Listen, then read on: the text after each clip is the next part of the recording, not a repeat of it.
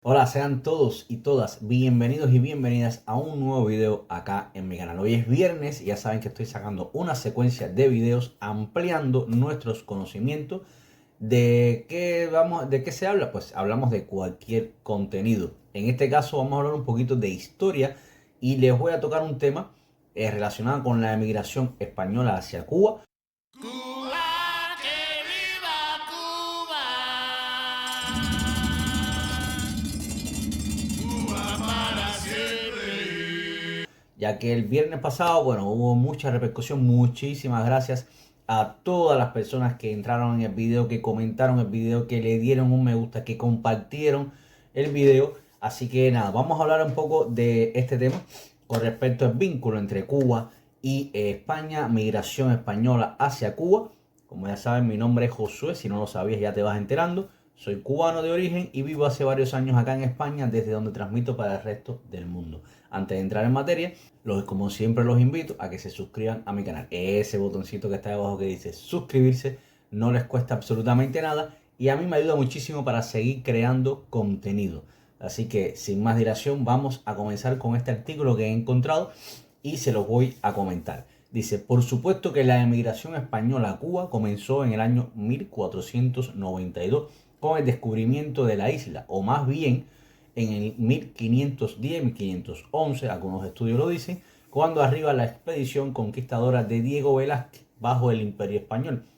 La política inmigratoria de Cuba fue el fruto de una transacción entre la exigencia de la industria azucarera de proveer mano de obra barata y la transacción tradicional española, según la cual era deseable poblar los sitios en los cuales se estaban asentando con blancos, raza blanca. Recuerden que en aquel tiempo, si hoy en día existe todavía racismo, ya que en aquel tiempo muchísimo más, ¿vale? Siempre, bueno, cuando digo racismo no solamente España, Cuba, no, existe en muchísimas partes del mundo el tema del racismo aún, ¿vale? Vamos a seguir con el contenido. Siempre a condición que vinieran del lugar adecuado y profesaran los correctos sentimientos religiosos. Era muy importante el tema de aquellos tiempos, el tema de las religiones que practicaban, ¿vale? Para satisfacer las necesidades de los productores de azúcar, se introdujeron esclavos africanos, cuya migración forzada continuó hasta el año 1873. Ante la inminencia de la abolición, se trajo a Cuba culis chinos, contratados en condiciones que no se diferenciaban mucho de la esclavitud. Es importante decir que entre el año 1842 y en el año 1873 llegaron a Cuba 221.000 esclavos africanos y 124.800 chinos. La élite criolla de Cuba aspiraba a atraer inmigración blanca como alternativa a la esclavitud. Y las dos fuentes principales de inmigración potenciales, que correspondían también a las exigencias ideológicas del gobierno de España, eran, bueno, la España peninsular y las Islas Canarias.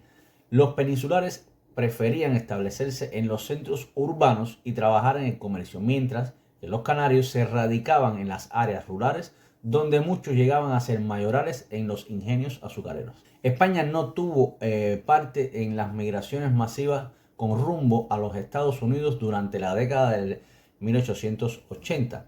Sus emigrantes preferían dirigirse a América Latina por razones de familia, lenguaje, religión y mentalidad. Según estadísticas españolas, el país de destino más importante elegido por emigrantes era Cuba. Entre el año 1882 y en el año 1898, un total de 508.455 personas zarparon de España peninsular, declarando que se dirigían hacia Cuba. Recuerden que Cuba era una provincia de España, era España también, sencillamente estaban migrando de unas provincias a otras. Pero la emigración española no se interrumpió al concluir, al concluir la guerra de la independencia, la guerra hispano-anglosajona con España. Recuerden el tema se introdujo los Estados Unidos para la independencia de Cuba con España, todo eso. Entre el año 1899 y 1923, más de 750.000 emigrantes españoles se dirigieron hacia Cuba. Ya para esa fecha, Cuba era un país, era una república, ¿vale?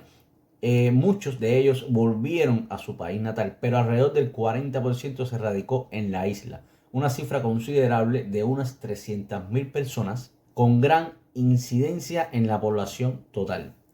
Fue de gran importancia la Ley de Inmigración y Colonización publicada por el presidente Tomás Estrada Palma el 11 de julio del año 1906. Tomás Estrada Palma fue el primer presidente de la creada República, cuando se creó la República de Cuba, que autorizó una partida presupuestaria para la promoción migratoria de las Islas Canarias y de Europa, y prohibió la exportación de braceros cubanos al exterior, con el propósito de poblar las regiones rurales y proveer obreros para la industria azucarera. Del mismo modo, el número de agricultores europeos radicados en Cuba como consecuencia de la política migratoria fue muy reducido. Algunas familias rusas y noruegas se radicaron en el oriente, dedicándose al cultivo de naranja. Hasta un grupo de norteamericanos establecieron colonias en el norte de la provincia de Camagüey y en la antigua isla de Pino, que ahora es la isla de la Juventud. Pero el principal grupo de inmigrantes provenía de España. De los 309.521 inmigrantes que entraron en Cuba durante los primeros 10 años de la independencia de Cuba, más del 80% eran españoles. Los inmigrantes españoles procedentes de las zonas rurales de Galicia y Asturias abandonaban la agricultura al establecerse en Cuba, y aún dirigiéndose a las nuevas regiones de desarrollo azucarero en Camagüey y el oriente de Cuba, tendían a radicarse en los centros urbanos, atraídos por la numerosa colonia española que dominaba el sector comercial de la economía cubana.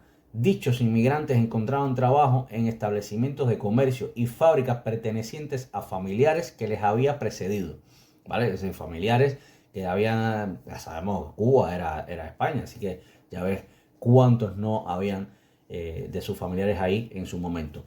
O a través de los centros regionales, asociaciones de ayudas mutuas creadas por oriundos de las distintas regiones españolas, que, además de proveer asistencia médica y social, servían como agencias de trabajo. Teniendo en cuenta que en el año 1899 la población total de Cuba era poco más de 1,5 millones de habitantes, de ellos unos 200.000 habían nacido en la España peninsular, la masiva emigración española de casi 3/4 millones de personas añadió un aporte vigoroso a la nación, no solo en el aspecto humano, sino en el orden social, económico, político, cultural y hasta religioso. El español, además, ha ayudado al desarrollo de la isla, al mismo tiempo que las sociedades mutualistas han beneficiado a muchos asociados cubanos. Y ponen acá entre paréntesis, estas sociedades cooperativas y otras formas de asociación llegaron a reunir el 90% de los españoles en Cuba, ¿vale?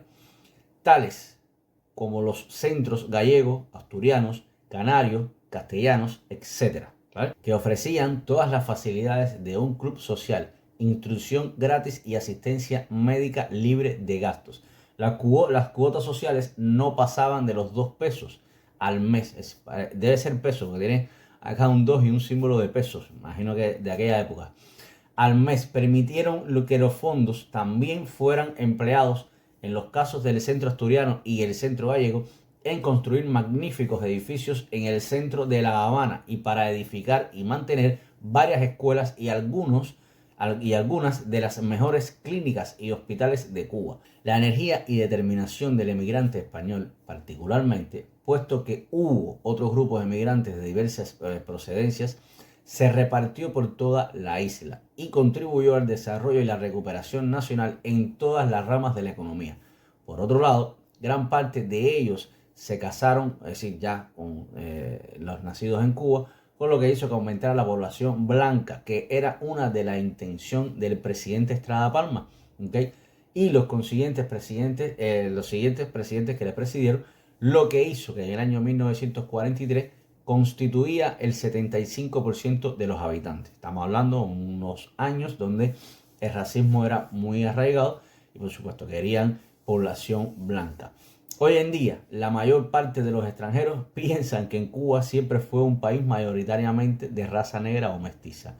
Y se extraña al conocer a cubanos blancos, incluso en Cuba, para yo que soy cubano, los hay mezclados. Te puedes encontrar un cubano, como mucha gente piensa, un piel mestiza, negros, te lo puedes encontrar blancos, ojos azules, te lo puedes encontrar de varias índoles. Bueno, cabe destacar también que hubo una migración importante, muy importante, cuando la posguerra, cuando la guerra civil, ¿vale? Y uno de los países que acogió muchísimos españoles que huían de la guerra o huían de las situaciones económicas que existían en aquel entonces acá en España, pues eligieron a Cuba, bueno, por lo mismo que les estaba explicando.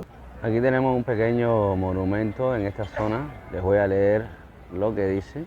Que a finales de marzo del año 1939, desde este punto de Alicante, varios miles de republicanos salieron para el exilio, embarcados en el Stanbock y en otros buques, escapando así de la represión que se avecinaba. Pero ahora vamos a hablar un poco de las comunidades de acá, de España, el aporte que se le fue dado a Cuba, ¿okay? Estas comunidades que aportaron a lo que es hoy Cuba.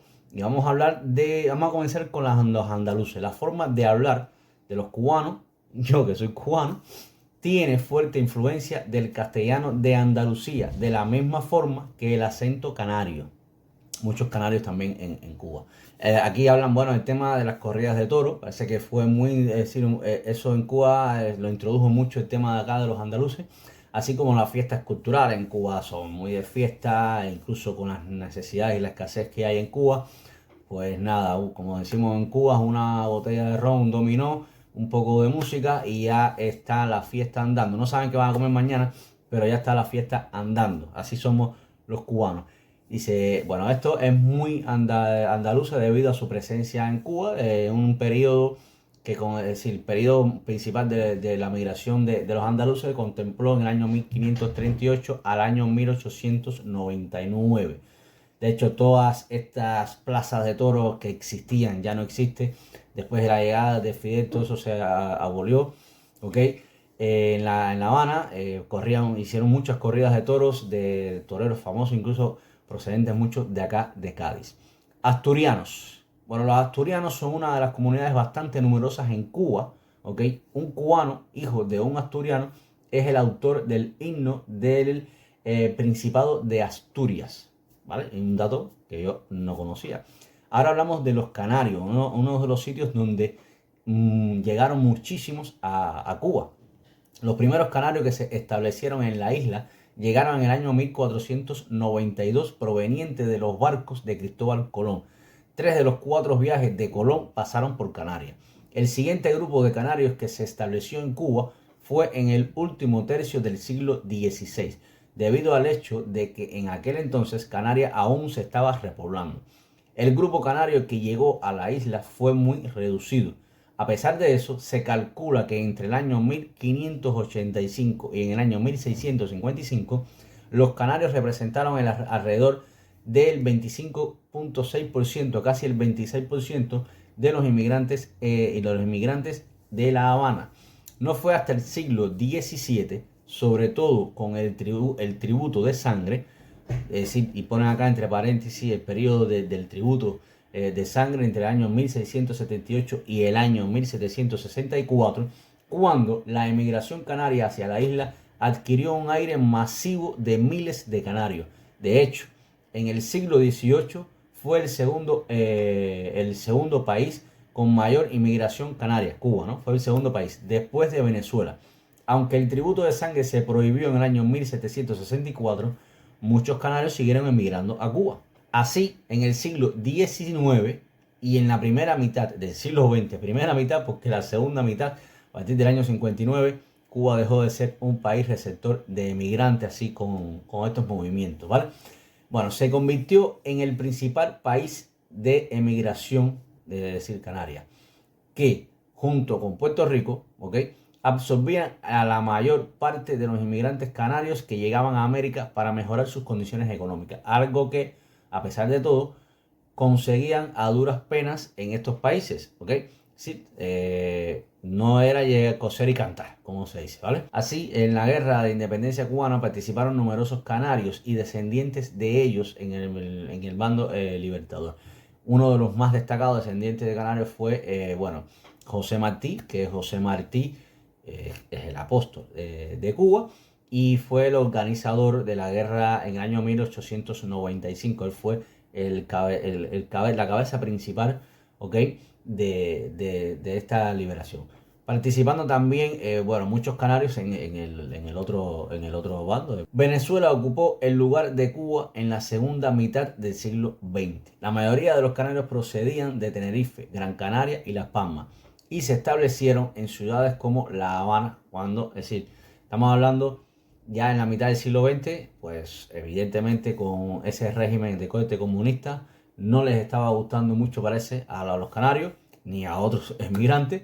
Y bueno, aquí ahora lo que me están hablando es que la mayoría de los canarios procedían de Tenerife, Gran Canaria y Las Palmas, los que se establecieron en Cuba y eligieron las ciudades como La Habana, Matanza, Oriente, Pinar del Río y el centro de la isla, dedicándose básicamente a la agricultura. Actualmente, debido a la emigración canaria a Cuba y Venezuela durante el siglo XX, la mayoría de los canarios tienen algún familiar en esos países, al igual que una gran parte de los cubanos tienen también algún antepasado canario. Destacan entre los otros, y aquí van a hablar de ciertas personas un poco que relucen en la historia, Lina Ruz González, la madre de Fidel Castro, que era canaria, ¿vale? José Martí, descendiente de canario, como les había dicho, Gertrudis Gómez de Avellaneda y Silvestre de Balboa. Silvestre de Balboa, que nació en Canarias y el autor de la primera obra literaria cubana, Espejo de Paciencia. Ahora vamos a hablar del aporte de los catalanes en Cuba. Basta con ver, y aquí es lo que ya estoy leyendo, el gran número de apellidos catalanes que aparecen en el directorio telefónico, por supuesto de Cuba. Se podría considerar que el regionalismo catalán existente en España se acentuó a raíz de la independencia de Cuba, debido a que el empresario catalán monopolizaba el comercio y la industria textil, así como la caña de azúcar con sus derivados. En los tiempos recientes, gran parte de los inversores españoles en Cuba, sobre todo en el sector turístico, provienen de capitales catalanas.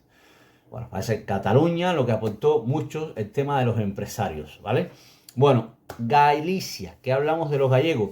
Porque allá en Cuba, y no sé en otros países de Latinoamérica, coméntenme aquí si es así también, pues tenemos la mala costumbre de decirle a todos los españoles gallegos. Le decimos gallegos a todos los españoles. Yo después que llegué aquí a España, pues me di cuenta que gallegos son los que de Galicia, que de otras partes pues son... está el de los catalanes, están acá de la Comunidad Valenciana, de Alicante los alicantinos, y así de cada sitio pues tienen su gentilicio, ¿vale? Bueno, los gallegos cuentan con más de 15.300 miembros aproximadamente, dispersos principalmente en La Habana, Cárdenas, Matanzas, Pinar del Río, Camagüey, Trinidad, Cienfuegos, Santa Clara, Santiago de Cuba y Guantánamo, por toda la isla de Cuba. Yo lo que estoy leyendo acá. Llegaron procedentes de Vigo hacia el puerto de La Habana entre los años 1821 y 1877, huyendo de la hambruna y de las posesiones políticas y de las presiones políticas. Muchos gallegos y otros ibéricos que habían llegado a la isla se desplazaron después hacia México y los Estados Unidos entre la década del año 1920, en las dos décadas, y 1940. Cuando los gallegos empezaron a establecerse en algún lugar de la isla, empezaron a producir y trabajar tanto en el campo como en la ciudad de La Habana.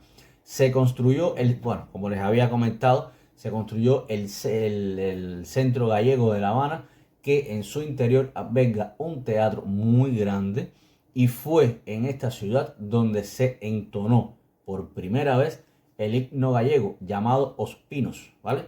En el año 1924. Un dato curioso. Y aquí para terminar, pues, ¿qué es lo que dice el artículo? Que el padre del Fidel Castro, Ángel Castro Arguiz, era gallego, ¿vale? Concretamente de Láncara, provincia de Lugo.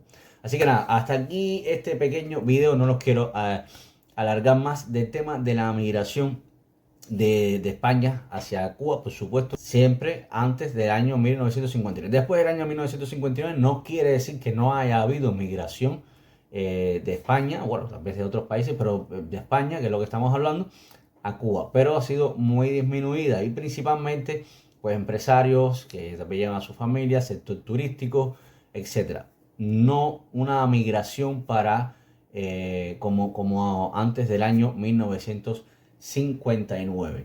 Así que espero que este video les haya ayudado mucho. Si tienes algo que añadir, los comentarios todos son bienvenidos. Algo que siempre es bueno conocer. Muchas personas tal vez tienen datos interesantes, me lo dejan aquí y así aprendemos todos un poquito más. Como siempre les digo, nos vemos en un próximo video. Chao. Me gusta, que siempre me gusta. Chao.